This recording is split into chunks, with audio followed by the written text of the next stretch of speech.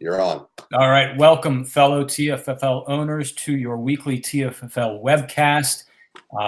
It is the TFFL playoffs right now. We're going to have a special, maybe short webcast. We know what's in front of us, what we need to talk about. And hey, it's Thursday. It's Thursday, December 5th. So we actually have NFL TFFL playoff action going on right behind me here. Quick look back at Week 13 to wrap up our regular season. K-Wheels, 97 points, a little short of 100, but strong game heading into the playoffs. And with that, clinched a playoff spot. Well done. Thank you. The other big game in Week 13 was the Lizards beating the Aliens. The Lizards win the division title and $250. Well done, Lizards. But we're not looking back anymore. We're all about the playoffs. We got 2 games going on right now. We'll dive into both of those. Otherwise, we're pretty much winging it. I do have a trivia question for you. It might be a total layup. It should be a total layup, but I'm going to ask it anyway. Name the one and only TFFL playoff team entering the playoffs not on a winning streak. Not say that again. The one team? The one and only TFFL playoff team entering the playoffs not on a winning streak. I'm back, so I presume this is worth 1 point? This should be worth 1 point, yes. We gave away a lot of points last week in your absence, Chief. I know. Yeah, yeah. Here's another 5-pointer. I know. There was a little bit of rigging, Chief. Actually, That was rigged. Okay. you get a point for the correct answer, and if you really don't get this right, we're going to take away a point. How about that? Yeah, that's nice. That's fair. Okay. All right, so I'm not going to give anything else away. I don't want to steal Hank's standing segment, and really it doesn't matter so much about the standings anymore. All the playoff teams are 0-0. But what we do know is the draft order 1 through 6, and I believe you can tell us that. Yes. I believe I can too. Here we go. I don't want to do that. I want to do this. No, that. I don't know what I want to do. Here's what we're going to do. We're going to do that for a minute, a little bigger. We're going to see this. Right now in the postseason, we have a bye weeks coming for the Slippery Beavers and the Amsterdam Packers. Congratulations to you 2 teams. Beavers, well done on the undefeated season. And thank you, Thornburg, for being our most loyal and dedicated viewer of the webcast. Backheads, also no co-champs. Moving on, don't have to play this week. You know, if we had a telethon, we could rely on Thorny to contribute. Yes. Oh, yeah. Absolutely. What we're here to talk about and what we have on the docket is the aliens are playing the Lizards with minus a 2.5 home field advantage points, and the K-Wheels are playing the Sponge Fishermen with a minus a 2.5 home field advantage. At any rate, those are the 2 games. That's what we're going to talk about. But before we get there, we also know this: that now drafting, we have the Senators, then the Fats, then the Mongols, then the Devils, then the Killers, then the Hams. That's where the rest of the league sits. I don't know what's happening with the Cash Bowl, but maybe somebody can enlighten me. That's what I know. Yeah. Unfortunately, I'm involved in the Cash Bowl. I'm playing the Hams this week. I believe Berto is playing somebody. Devils. And the Devils, yes. And the Fats and the Senators, as the 2 worst teams, are on a Cash Bowl bye week. All right. So couple of thoughts on the final standings. Chief and the Sponge, unfortunately, did not quite get to 10 wins, 9.5. So we talked about this earlier as a trivia question. I think it's now been something like 20 years since we've had 3 10-win teams in the same season. Didn't happen this year. And we'll get plenty of chances next week to talk about the Amsterdam Packers and the Slippery Beavers. But, gosh, I mean, those 2 teams really were head and shoulders. I think no disrespect to the Sponge. We've talked about them. Are they a Tier 1 team? No, I think there are 2 Tier 1 teams. The AmPack and Slippery Beavers had really strong seasons this year. I would even disagree with that. I No, think you disagree with this. I think We're there's gonna one top knock tier them down. You think the Beavers are head and shoulders above the If you impact. look at Ralph's scoring, Ralph has been in the 30s and 40s more often than not lately. Yeah, Ralph's Yeah, scores have definitely tanked a little bit. Yeah, I would have beat you for the last 4 or 5 weeks. But more importantly, Stick, going with what you said before, and this is kind of sad. And yes, I didn't quite get to 10 wins, but 9-3-1 represents my best record I've ever put up. Well, congrats. At the time, at least the Sponge Fisherman franchise. Nice. Well done. Congrats. Yeah, that's not good. I've never hit 10 wins. Well, you know what?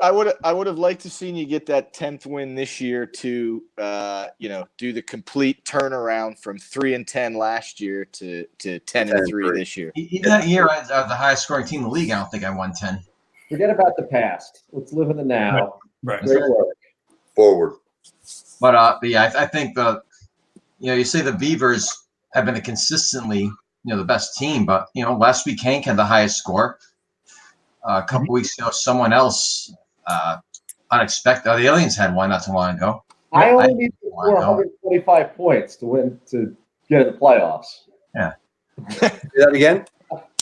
I only needed to score 125 points Right. to get in the playoffs. Yeah. Yes, you did. Yeah. Didn't happen. And back to my trivia question, 5 of these teams at least have a 1-game winning streak. Most of these teams they're playoff teams. They're playing well heading into the playoffs. Maybe the impact and the Aliens are not playing so well heading into the playoffs, but most franchises are. And I didn't realize the Amsterdam Packers were not scoring quite so much, but a strong season nonetheless for them. Terry, Commissioner's Corner, final reminders as you enter your second and last playoffs. Yep. Yes, thank you. Not a lot of reminders out there. We're down to the nitty gritty. 3 weeks left in the season, so only the playoff teams can participate in the FAIR pool this week. You guys know the deal. Whoever you get is not protectable. And other than that, I think we've had a really entertaining, great packed bowl or great TFFL season. So I'm looking forward to watching the playoffs from the sidelines. And they go fast, don't they? They do go fast. It's Terry, making It doesn't seem that long ago that I was on the phone with Hank in my kitchen going, Asheville? Really? Is that what's going to happen? Yeah. Well, and it worked out great, I think. It worked out great. It worked out Yeah. awesome. Yeah. So, I mean, Terry, you've done an outstanding job in being the steward of the commissioner's role, and it is a really hard thing to do, and it's a thankless task, but well done. Thank you. Now Thank transition as fast as freaking possible. I understand. Well, Yeah. Chief set the bar, right? He did when he did the handoff, he had completed all the year-end work, all the draft stuff. So I am going to honor Chief's legacy and get everything, all the I's dotted and the T's crossed, and then drop it on Richie as fast as I can. So And then if you're really gonna honor my legacy, drink like a 3/4 of a bottle of bourbon after you finish. yeah, fair enough. Little celebration. Can I make it Irish whiskey? I'll accept that. All right, fair. Yeah. We're That's expecting acceptable. a smooth transition of power. Yeah. No issues. No to our issues. Commissioner, whoever that may be. No. Hey. We'll have to set elections. we're still doing reserve lineups for the playoff teams. Yeah. Yeah. Yes. Good reminder. Yes. Only for the Pact Bowl. That was Yeah, the you point of need going from 3 points to 2.5 points. 2.5 points. Yes. That was the home field. There you That's go. the best. Okay. There you go. All right. Because Pac Bowl, there's no home field advantage points, correct? He doesn't hold the title, but he never really stops being commissioner. Did you see that? It was so good. Listen, Well, I mean, it's my rule, and as weird as it is seeing a half point up there, I hated seeing things go to reserve lineups in the playoffs. Yeah, no, that's true. That's 8 true. guys that are hurt on your bench.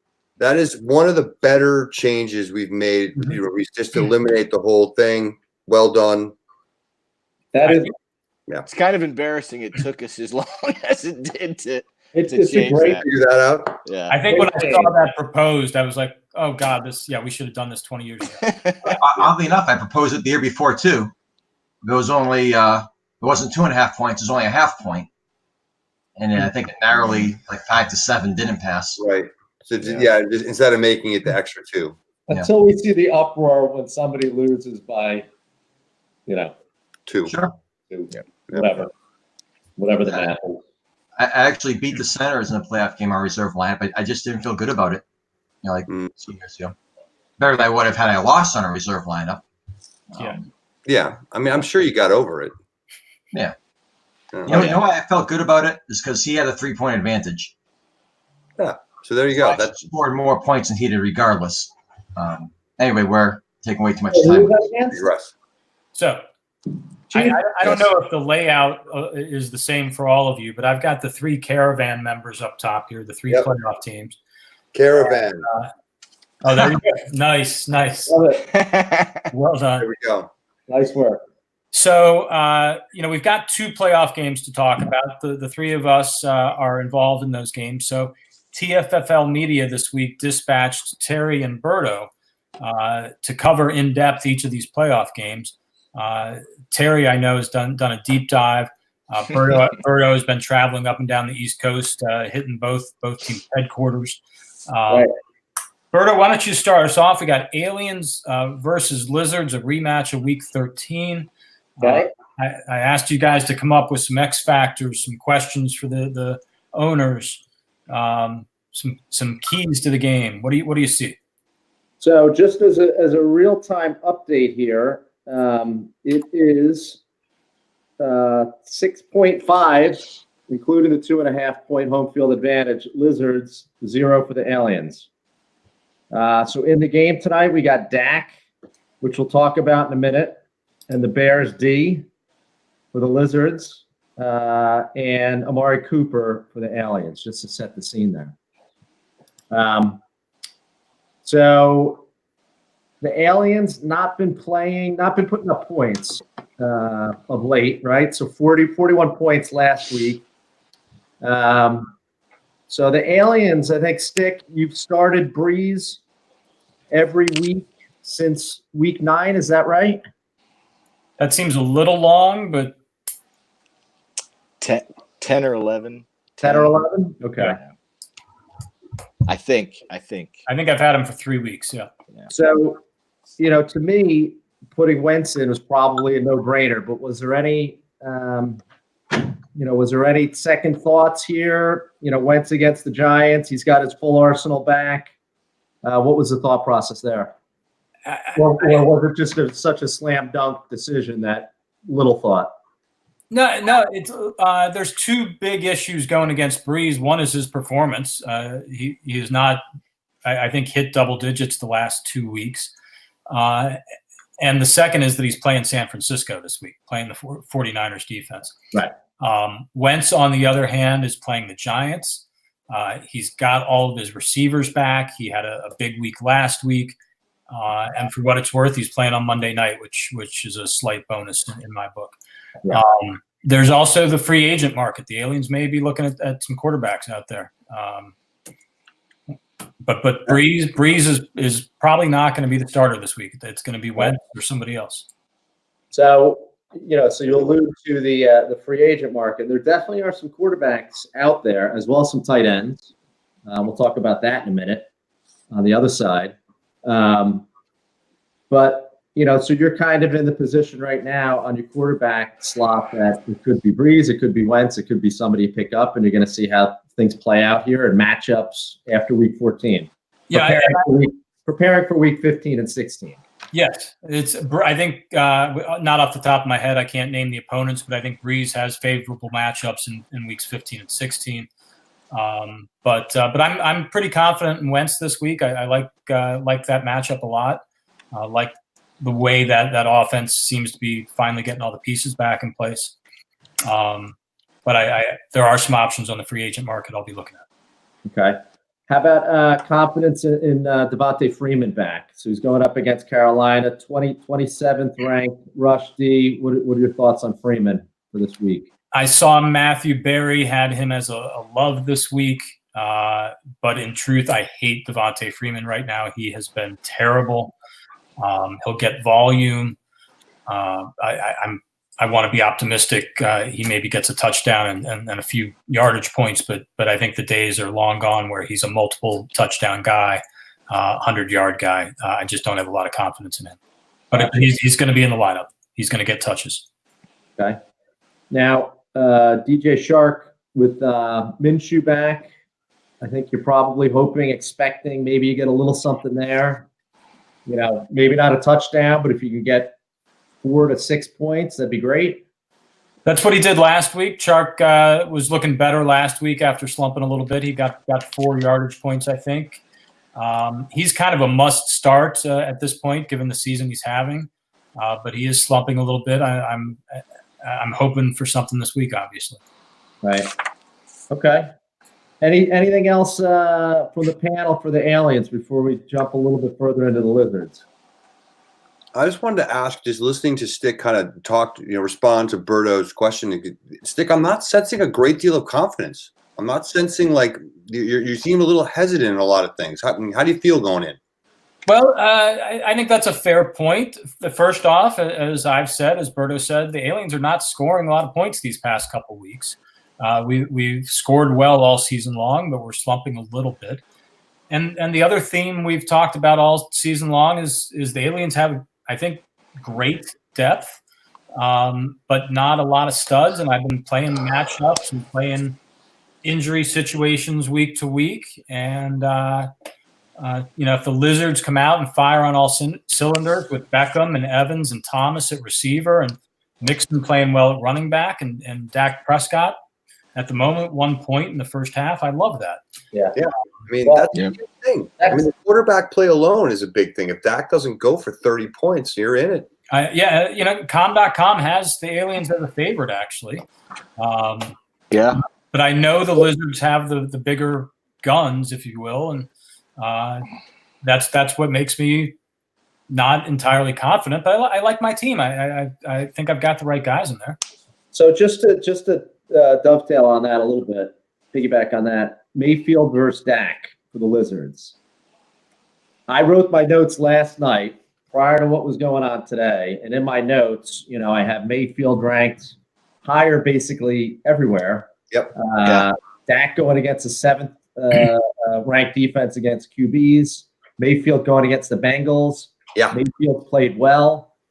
Dak is playing on Thursday night. I would have had Mayfield in there. That's just me. This was as last night, not like it looked tonight. But as of this time last night, when I was looking, Mayfield was in the Lizards lineup. So sometime in the last 24 hours, he made the switch.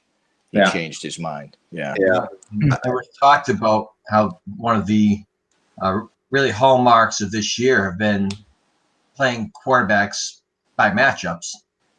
So, as opposed to Dan, the one that brought you, and I think I'm going to do the same thing. I'm kind of curious. Well, first of all, Berto, it kind of reminds me of the old I segments. I missed those. That was a good job. But I'm also curious to see what the aliens do at quarterback too, because I looked at that was on the free agent market. Man, it's trash. So I'm curious if you like Dalton over the Browns, Fitzpatrick the Jets, or Devlin the Cardinals, and which one you think is an improvement. I mean, you don't have to obviously don't tell me. But which one you think is an improvement over what you have on the roster right now? I will just say I think one of those guys actually looks really, really appealing this week at least. I like Fitzgerald myself. I was going to do that, but I don't like him better than what I have. But very, very interesting to pick up a quarterback to start in a playoff game. Yeah. I mean, it's not like I said. Maybe you pick him up this week with planning through the Pac Bowl, and then it makes sense. I don't know if it makes sense picking up any of those quarterbacks that are out there for this week against a Giants defense, a beatable defense.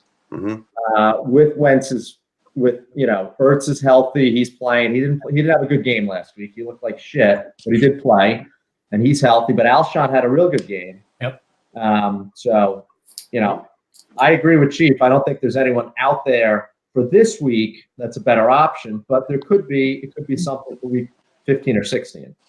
I think Wentz will be my starter, but again, I think there is one appealing option out there I'll be considering. Yeah. The Bears are on the 8-yard line, for what it's worth. So 22 seconds left in the half, Stick. So it looks like you're going to get, keep Dak to 1 point here, by the way. So, Yep. So far. Hold Yeah. yeah. Yep. Going back to the Lizards a little bit here again. So we talked about their quarterback position, but the other thing that I'm looking at is, the Mixon trade, right? So they made that trade for a running back, frankly, that they desperately needed, in particular with Jordan Howard being out. Yep. But, even with Mixon in the lineup, they still, all right, so they have Eckler and Mixon, but they have a couple of tight ends who are banged up. So Austin Hooper is in the lineup right now. The last I saw, he was questionable. Greg Olson, I don't think is playing, if that were to be an option. No, not playing. So, you talk about a team that's going to potentially pick up a tight end, because I'm scrolling down the lineup and I don't know who they put in, because they already got the 3 wide receivers in. They can't substitute a wide receiver. It has to be a running back or a tight end. And I don't see a good option. I mean, you could go back to Frank Gore, but, I don't think that's good the way Singletary's playing. And then there's nothing else. So, a team like the Lizards wouldn't shock me if they're hitting the waiver wire to grab one of those tight ends. And I think there's a couple guys out there who are attractive. Hey, this is an important question for our commissioner. Terry, do all of the playoff teams still have at least one free agent pick left, or are any of the teams devoid of picks? I believe all the playoff teams have at least one pick left, but I can verify that momentarily. Thank you. I know I have one. Yeah, I know I do too. Yeah. So assuming the Lizards have a pick, I mean, that could be, so I think, in years past. But who are they going to pick up that's going to markedly improve over Frank Gore at this point? I listen. If Austin Hooper doesn't play, there are a couple guys out there that I would play over Frank Gore. That's all I'm saying. A couple tight ends? Yes. Okay. So to answer your question, Stick, of the 6 franchises, 3 have FA picks remaining, and 3 have only IR picks remaining. Okay. So, yeah. So, I think in years past, a lot of those waiver picks were, a kicker or maybe a swap out of defense or whatever. This year, it sounds like we may have some more impactful potential waiver wire picks. But anyway. Yep. I think the other thing, too, and you guys chime in on this one, I'm giving the edge. Again, this is my notes from last night. I had the Aliens at quarterback and running back had the edge, but certainly the edge for the Lizards at wide receiver. I think, over the last couple of years, it's been pretty undisputed that the Lizards have had, the best wide receiver core. Maybe it's not quite that way this year with Odell Beckham's performance, but what are you guys' thoughts on the matchups? I'll open it up to the rest as well. Bears touchdown, Robinson. Yeah. But Dallas is claiming interception now. It's great that Yahoo is streaming this on their homepage, but they're a little bit behind because of that injury. I think the running backs, the difference in the running backs and the difference in the wide receivers aren't that pronounced. I think it's, yes, Lizards are the Lizards. They've had those enviable receivers for years. But if Cooper gets on the board today, and if Dallas is going to be forced to throw, there's a good chance he might. The Aliens aren't that far behind there. Likewise, I don't think that the Lizards running backs are that far behind. Depending on what that number 3 spot, what happens, is that far behind the Aliens. Even Hyde, who's looked good this year, you can correct me if I'm wrong, Stick, he hasn't been scoring all that much, has he? Yeah. In the last couple of games, he had a really bad game against New England. I was wise enough to put him on my bench for that game. No, he's got 4 touchdowns on the year, 853 yards, 4 touchdowns. Yeah, Amari Cooper scoring a touchdown, I think, would be a game changer, negating, the Dak TD. That would be a big swing. I think the other thing too on the matchups, and maybe Michael Thomas is matchup proof, and he is most likely, but again, he's going up against a tough 49ers defense that's number 2 against wide receivers, so that's pretty tough. I think there's a lot of positives for the Aliens, and certainly the first half of this game tonight is a win so far for the Aliens. Dak's performance this half, and you'll trade off that Amari Cooper 0 for Dak's performance. So yeah, I don't know. To me, I think the website had a 3-point advantage starting off, not including the home field advantage points for the Aliens, and I think this game will be close. So I'm going to say 60-56 Aliens. I will quickly chime in saying I think the story of this game is being written a bit right now. Yep. In that Dak Prescott doing so little and the Bears defense looking this good. I mean, Stick will trade a 0 from Amari Cooper for an under 10-point performance from Prescott all day, every day. Every day. And if Prescott doesn't put up 15 points at least, it's tough. The Lizards don't, they have, the receivers are great, but their running backs, and they're not a bevy of scoring there. Yeah. I think if Dak does not pick it up here dramatically in the second half, the Lizards should be a little worried. Yeah, I agree. One counterpoint to that is Dak has put up a lot of. The Cowboys have fallen behind and have had to throw in the second half, and he's put up a lot of late points, and that game is trending that way again. But the Bears, hopefully, the Bears defense is good enough that for Stick's sake that won't happen. But and speaking of the they Bears, have done it. Yeah, the Bears defense is also actually playing tonight for the Lizards. They've got 3 points at the moment because Dallas has only scored a touchdown, but if presumably Dallas scores 3 more points, the Bears could have a 0 on the board as well. I'm feeling good about the start to this. And then on Monday night, Carson Wentz is the one and only guy who's going to be going. So I'll be capping off the week 2. If you asked me before this game started, I was prepared to give the edge to the Lizards.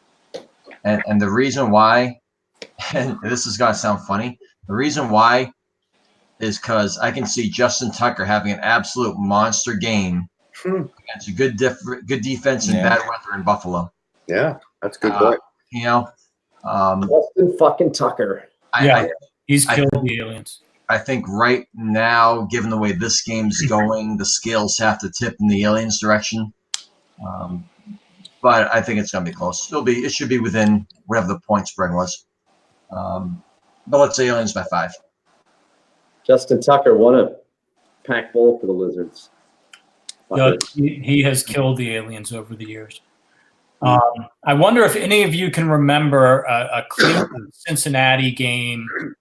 It might have been 8 years ago. It might have been 22 years ago, for all I know. But it was like a 55-52 game late in the season. Just every time anybody had the ball, they scored big play after big play. And I kind of have that sense that this week's Cleveland-Cincinnati game is going to be a lot like that. Neither team cares. There are actually some good offensive players on both sides of the ball. So I was kind of relieved to see Mayfield out of the lineup. Especially Prescott on a short week here. This is looking good. Okay, let's switch over to the other game. Terry covering the wheels and the sponge. Yep. Well, as I mentioned offline earlier, I just took a quick look at the points. We talked about the Aliens and the Lizards and what a close matchup it is. The sponge and the wheels are a very close matchup. Again, season point total separated by only 18 points. Sponge beat the K-Wheels in Week 10 by 22, but Hank had no Deshaun Watson that weekend. Aaron Jones, that was his huge game. So again, I don't think that 22-point spread is indicative of how close this playoff game is going to be. And looking at the lineups, we've talked a lot this year about playing the matchup and playing quarterbacks. Well, in this game, I'm going to highlight the quarterback position because we've got the player stud every week, Deshaun Watson and Hank, and he's going to play no matter the opponent. And then we've got let's play the matchups with the sponge fishermen. A lot of that's determined by personnel, but again, it's a different way to manage your team. The other thing in looking at these lineups, the running backs position. So Hank's running backs have been hot. Derrick Henry's on another late season surge. Singletary's playing better. Barkley hasn't been very good, but he's an explosion waiting to happen any week. And I'm looking at the sponge lineup, and we talked after the Edelman trade about that the sponge have a receiving core the equal of any in the league. And on paper, they do. For injuries and a few other reasons, it hasn't always happened. But I think the key for the sponge this week will be those three receivers, and can they score? And then the last point is just health, right? Every team's battling these, but it looks like at this point in the season that the sponge have a little more injury and banged up players than the K-Wolves do. So, in that intangible, I would give the edge to the K-Wolves. I do have a question for the sponge. I see that you have Jack Doyle in your lineup, and he seems to have good chemistry with Brissett, and matching receiver with the quarterback has some appeal, although I know you've poo-pooed it in the past. But the obvious question is, with Matt Breida back and being healthy, is he someone you're considering to put in the lineup? Yeah. This lineup, as is on the site right now, is the best I have at this time. Yep. It's very much etched in jello. Right. Everything can change. Mm-hmm. If Daniel Jones was healthy, he might be my quarterback. Yeah. I could go back to Winston. As you said, Matt Breida is very much in the mix to go into that slot. I might do something I never do and play two running backs on the same team and throw Jamal Williams in that slot and just try to get all the Green Bay points. Yeah. Against Washington. Hey, He has got some sort of injury. Yeah, they said today he's limited in practice. Yeah. I don't know how serious that was. I had Joey Sly in the lineup originally. I can't even decide my kicker this week. They're both indoors. The one on the better scoring offense is one against the better scoring against defense. So everything is up in the air now. Hopefully Julio Jones plays. Yeah. If Julio Jones doesn't play, then things actually simplify because I stick Breida in and I kick Doyle over to the wide to the receiver. Yeah. Luckily, that looks like Jones is going to play. Aaron Jones has an ankle injury, but he hasn't been on the injury report all week, so I don't know what's going to happen there either. Again, this is what I'm thinking right now. Yeah. You're right. I do not prefer having the quarterback, all things being equal, a quarterback and a receiver on the same team going. Right. But I don't really try very hard to avoid it either. Yeah.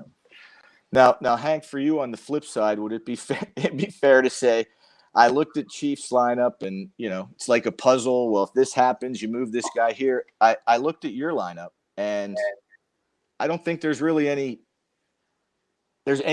you're not going to put in Ronald Jones. Nope. You're not going to play Will Fuller. Nope. I think your lineup is your lineup. Is that fair to say?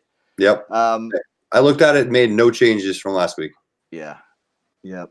And sometimes that can work for or against you. I hear Derek Carr's looking really good in practice. Looking really good.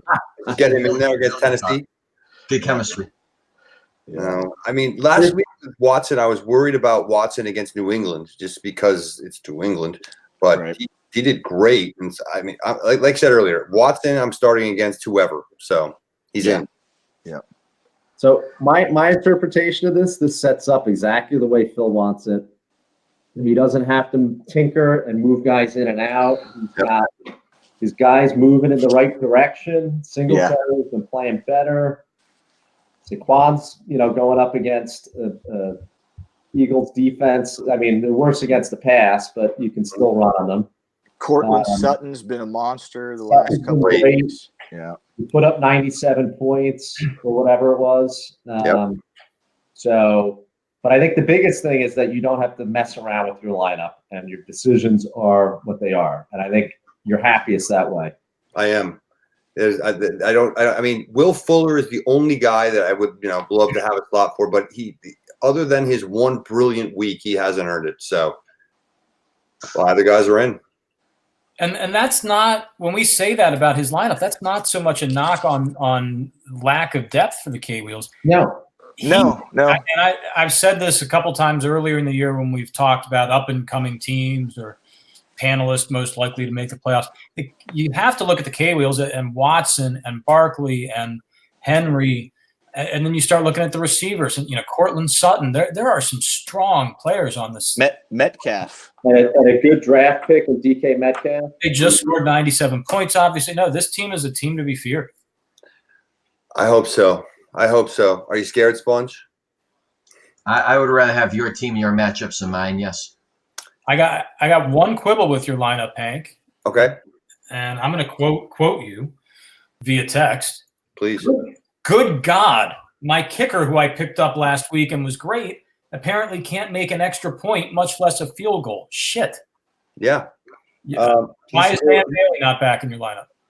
Dan Bailey is not back back to young home currently. Maybe he will be, but last week my man Koo did all right. What was it, 2 weeks ago that he was so bad? Now, well, listen, here's Koo's points the last 4 weeks, and I'll take this any day. 14, 11, 10, 6. Yeah. It was 6 last week. He had a bad week last week. So, all right. Yeah. Yep. So, I mean, I don't know. I mean, Bailey has been doing nothing in it, and the Vikings don't seem to trust him in making any distance field goals of any kind. I mean, he missed an extra point last Yeah, week. he did. Right? Yeah. I think there's going to be a lot of points in that game too. In the Detroit Minnesota game? No. In the Falcons game, Carolina. Yeah. I think more points in that game. Yes. Yes. Right. So I don't know. I wouldn't mess with that either. I'm nitpicking. This is a good lineup. I think the K-Wheels are rightly framed as a good favorite in this one.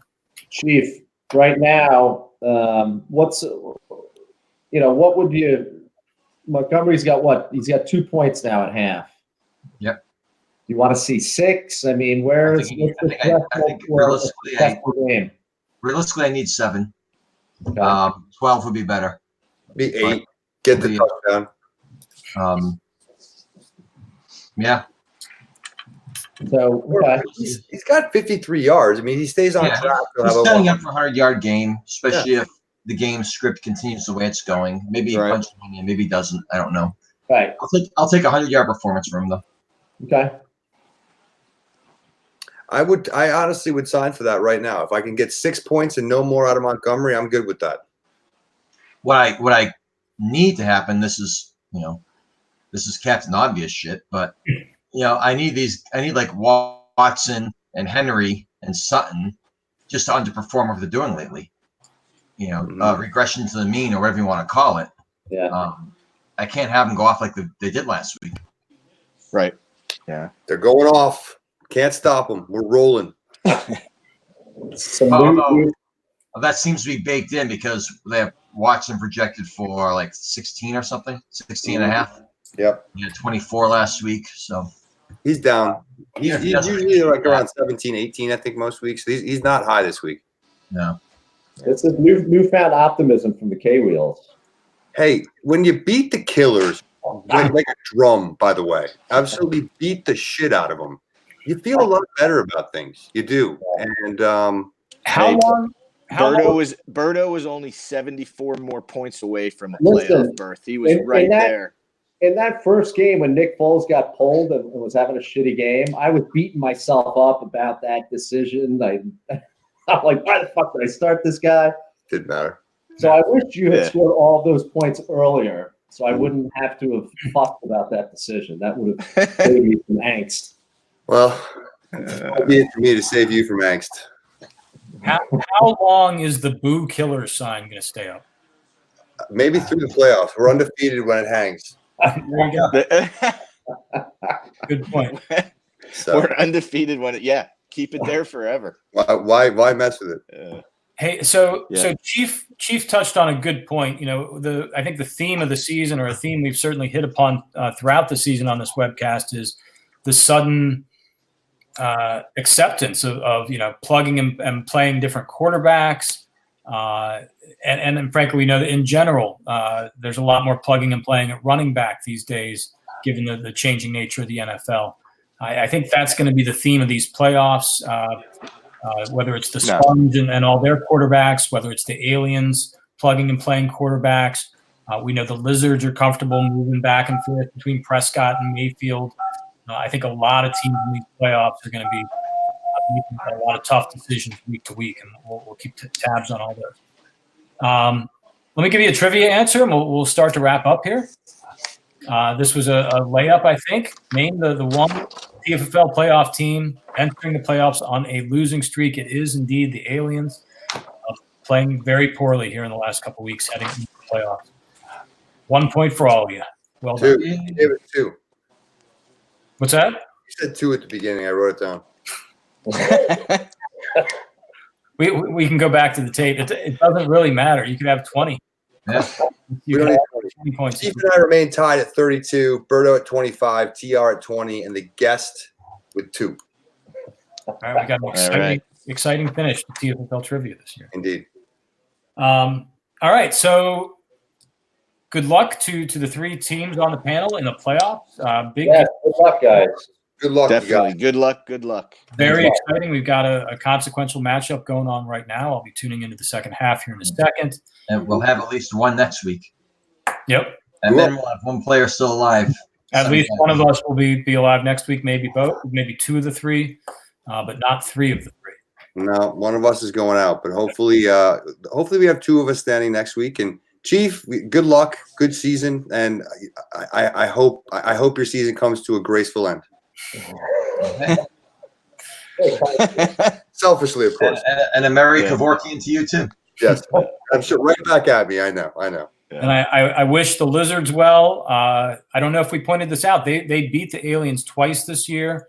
So I like the old adage that it's tough to beat a team 3 times in a season. I think it's the Aliens' turn for a win. But good luck to the Lizards. So we'll be back here. I presume next Wednesday, the 11th. But we'll see. It's the holidays. Schedules may be a little flexible. But yeah, good luck to all of our playoff teams. Good luck, I guess, to our Cash Bowl teams. I don't know if the object is to win or lose. Yeah. But good luck, whatever the object may be. We'll let you know when we figure it out. And we'll see you guys next week. Take care. All right. Good night. Cheers. Adios. Take care, guys. All right. Go K-Wheels.